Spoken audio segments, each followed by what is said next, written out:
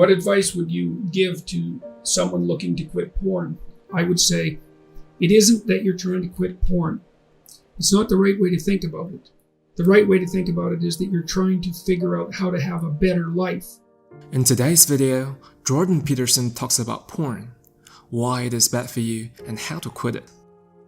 Stick around to the end for Jordan's non-mainstream practical advice to quit porn for good. This one's life-changing, so pay attention. There might be codicils to that, freedom of expression, some potential educational utility, the pleasure that's a consequence of sexual utilization of pornographic material. But I would still say, seeing all that it's not a net social good. It doesn't do the people who produce it or who consume it any good. And I don't believe that anyone feels like a better human being after utilizing pornography for sexual gratification. Now, you might say, well, that's because they've been shamed about sex since they're born. And, and that's a consequence of our crooked culture. And, in a utopian world, we wouldn't have that shame. And it's way more complicated than that. I read something in one of the YouTube comments in my video the other day. I was talking to Abigail Schreier about the apparent fact that today's teenagers are having much less sex. One person commented that there's the shame that men feel when sex is a spectator sport rather than a participatory act. And then you think, well, the mere fact that you're watching two other people, one of whom isn't you, having sex, instead of having sex, it implies something about your desirability. It's pretty hard to shake that, isn't it? Or your courage. Why is it that you're sitting there alone at night with your laptop on your lap? What the hell's wrong with you? Well, nothing. It's just we should dispense with sexual shame. It's like, no, probably not. That's probably not the answer. Well, it's like Treasure Island in Pinocchio. It's all pleasure with no responsibility. That's deadening. It's parasitical in a sense. And I'm not making a value judgment. I mean, it's no wonder the young guys are caught up in this because it's an unbelievably powerful technology. It drove the development of the internet, let's not forget, right? So it taps into one viciously primordial motivation. And so these guys are being blasted by what biologists call super stimuli all the time. So imagine that there's a biological stimulus that has an effect on you, and then you can magnify it.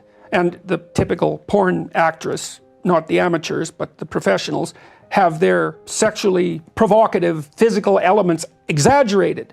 And so men are very visual in terms of their sexual processing. And so the guys are pulled into it, and they're pulled into it also by curiosity. But I think that ethically it's not good. It's not good. It's an easy out. That's the other thing. What you should be doing is going out and finding someone to have a relationship with. But let's say you can't find someone. Well, then you might say that's an indication you should change. It is, in fact, an indication that you should change. Because what better indication are you going to get than that no one wants to be intimate with you? It's the ultimate rejection, and that's partly why men are terrified of it, and I understand that. And I understand the MGTOW guys, who are recommending that men don't enter into long-term permanent relationships with women. I understand where they're coming from. Well, they're providing a lot of young guys who need a kick to go out there. Right, they're actually giving them the back door. They're giving them a rationale, yeah, and I've seen this have very detrimental effects on a number of people already, and partly in my clinical practice, because the young guys who aren't successful, they're looking for a reason why women are terrible, because otherwise they have to think, well, they're just not presentable, which is what they do have to think, because that's almost the definition of presentable. And then the MGTOW guys give them a rationale. We are in a gynocentric world and females have got control and they'll wipe you out if they have the opportunity. It's like some females will do that to some guys some of the time, and sometimes it's brutal. I've had clients who've been dragged through the court systems and just ruined. And I was unable to help them. I did everything I could to maneuver and negotiate and plan and strategize so carefully to get them to do everything right, and it didn't help.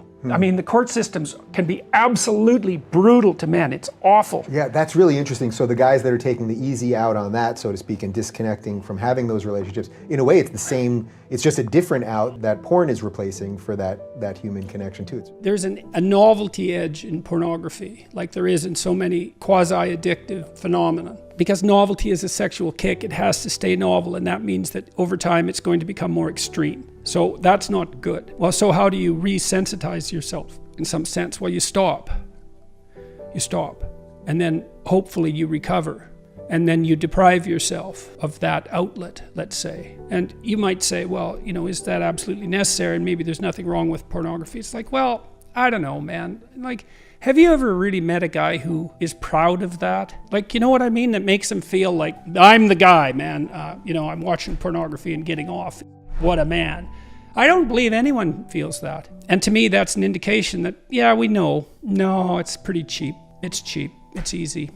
I say that knowing that I believe the research evidence shows that if you introduce pornography into a community, that rates of sexual crime committed by men upon women actually decline. So there is perhaps some utility in the outlet. But, that's a unidimensional analysis and doesn't take into account all the other effects of pornography. So, including the ones you described. And I think that those are real. It makes sense that they're real, because it's super satiation. It's a non-trivial technological problem. It's now possible for young men to look at more beautiful nude women in one day than any man has ever seen, prior to 10 years ago, 20 years ago, than any man in history had ever seen. That's not nothing. That's something. And to think that doesn't do anything to you, it's like, no, that likely does something to you. So don't substitute the false for the real, and don't underestimate the utility of deprivation. What advice would you give to someone looking to quit porn? Well, I gave some advice a little earlier about quitting alcohol, and I would say it isn't that you're trying to quit porn. It's not the right way to think about it. The right way to think about it is that you're trying to figure out how to have a better life. And so you have to figure out, well, I would say do the future authoring program and keep your porn addiction in mind and think. So in the first part of the future authoring program, it asks you a bunch of questions about what your life could be like in 3 to 5 years if you took care of yourself like you were someone that you cared for. Then it asks you questions about your friends and your family and your career and your time outside of work and your health and, the important dimensions of life. And it asks you to spend 20 minutes writing about how good your life could be in 3 to 5 years if you got your act together and did what was good for you. And then it asks you to write about the hell you could be in if you didn't. And so I would say you really need to do that, because porn isn't the issue. The issue is that you're not living your life the way you want to. And so you need a vision of life that's more compelling than the porn. And you need a counter vision too that frightens you, because otherwise porn is obviously extraordinarily gratifying in the short term, but you seem to be suffering from the medium to long-term consequences of its use.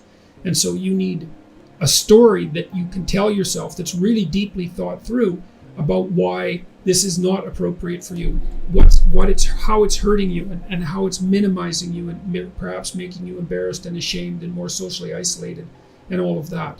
So I would say think about it as cleaning up your psyche and your behavior rather than merely stopping porn. You also might want to write down, and you could do this in the negative vision part of the future authoring program. You got to write down everything bad that you think porn is doing to you, because obviously you have some suspicions that this is not good for you, right? That it's actually harming you in some important way. And so you need to be fully cognizant of what those ways are and then take them seriously and decide if that's the pathway through life on which you wish to travel. And then I would also say good luck to you. It's a very good idea to identify one of your weaknesses and work on it. You can strengthen yourself substantially by doing that. If you think Jordan's advice is helpful, like this video. Where are you in your journey to battle porn? If you have defeated porn, what made the difference? Share your stories with us down below in the comment section and let's help each other in the community. If you have enjoyed this video, we highly recommend that you watch this one. Also, check out our playlist where we organized our videos based on their topics. Thank you, and we'll see you again next time.